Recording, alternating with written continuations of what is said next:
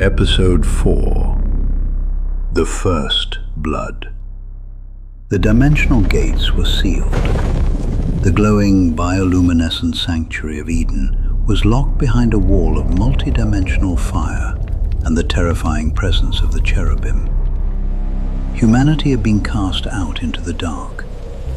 Out here, the earth was not a temple. It was a cursed wasteland. The shimmering garments of divine light were gone, replaced by heavy, brutal coats of animal skin. For the very first time, the king and queen of the earth knew the meaning of physical exhaustion, disease, and the terrifying, crushing silence of a broken universe. But the exiled rulers were not alone. In this harsh, unforgiving frontier, the first generation of humans was born. Not in a paradise of light, but in the grueling dust of survival. Two sons emerged from the wreckage of the fall. Cain, the firstborn, a master of the cursed soil, a man of heavy labor who fought the earth to force it to yield life. And Abel, a keeper of the flocks, a quiet shepherd who watched over the innocent. The cosmic war between the creator and the adversary had not ended. It had merely moved from the heavens into the human heart. Chapter 1. The Altar of Ash. To approach the Creator across the massive chasm of sin, a bridge was required. The concept of the altar was born, an intersection point between the broken physical world and the absolute holiness of God.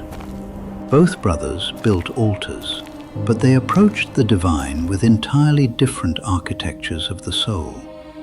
Cain, the architect of agriculture, brought the fruits of the soil.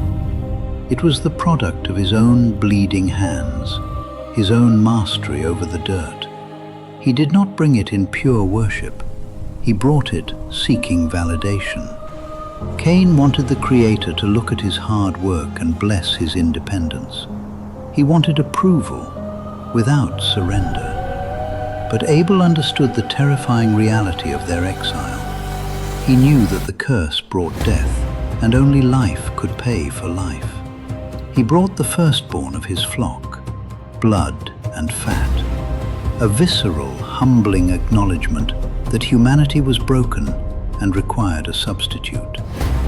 The response from the heavens was absolute. A blinding, divine fire descended from the sky, consuming Abel's sacrifice in a localized explosion of holy light. God accepted the shepherd, but Cain's altar remained cold, untouched, silent. The Creator did not reject Cain, the man. He rejected the offering of human pride.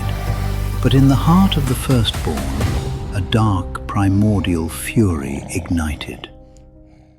Chapter 2. The Crouching Beast. Cain's face fell. The rejection was a crushing blow to his ego. In the unseen dimensions, the fallen morning star did not need to manifest or whisper. He did not need to be present. The rebellion born in the heavens had finally taken root in the blood of humanity. Envy, paranoia, the obsessive need to be higher than another. But God did not abandon the furious firstborn. The voice that had commanded the galaxies into existence spoke directly to Cain, not with the thunder of a judge, but with the heartbreaking patience of a father offering a second chance. Why are you angry? And why has your face fallen? If you do well, will you not be accepted? The Creator was pleading with him to let go of his pride, but he also revealed the terrifying mechanics of the spiritual realm. But if you do not do well, sin is crouching at your door.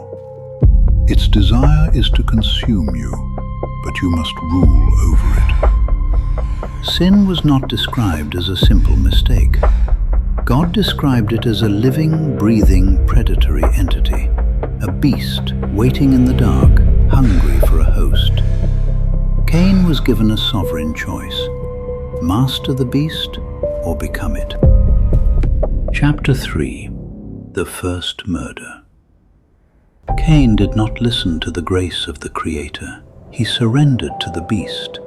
He looked at his brother, the only other young man in existence, his own flesh and blood, and saw only an obstacle to his own greatness. He lured Abel into the isolation of the fields, away from their parents, away from the altars. What happened next was not a cosmic battle of angels. It was the brutal, horrifying reality of human violence. The strike was sudden. The first human-to-human death was not peaceful. Bone was shattered. The shepherd collapsed into the dirt. For the very first time in the history of the universe, the earth opened its mouth to drink human blood. The soil of the planet, already cursed by Adam's rebellion, was now weaponized, deeply infected by the absolute malice of murder. Cain stood over the broken vessel of his brother. He thought the silence of the field meant he had won. He thought there were no witnesses.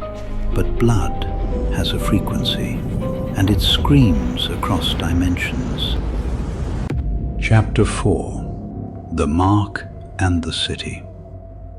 What have you done? The voice of God shattered the silence of the field. The voice of your brother's blood is crying to me from the ground. The Creator brought down a horrifying judgment. The earth itself would now completely reject Cain. He was cursed to be a restless wanderer, a fugitive on a hostile planet. Suddenly, Cain's pride vanished, replaced by pure, agonizing terror. He begged for mercy, paranoid that whoever found him in the wilderness would kill him. To preserve his life, the Creator placed a mark on Cain. The ancient texts do not describe a simple tattoo. It was a divine brand, a terrifying visible signature of God's absolute protection and Cain's absolute exile. A warning to all of creation: do not touch him. Vengeance belongs only to the throne. Driven away from the presence of the Lord, Cain moved east to the land of Nod. But the firstborn refused to accept his punishment as a wanderer. Driven by a terrifying paranoia and a desperate need for control, he stopped. He gathered resources, and he built the very first human civilization. He named the city Enoch. It was not an empire of dark magic. It was something far more tragic. It was a monument to human fear, a fortress built entirely independent of God to protect a murderer from the consequences of his own sin. As the walls of Enoch rose higher into the blackened sky, the lineage of Cain multiplied. They forged weapons of bronze and iron. They mastered the physical world. But the spiritual darkness was compounding, and for the first time, humanity was no longer alone in its corruption. High above the fortified city, the fallen watchers in the heavens were beginning to notice the daughters of men.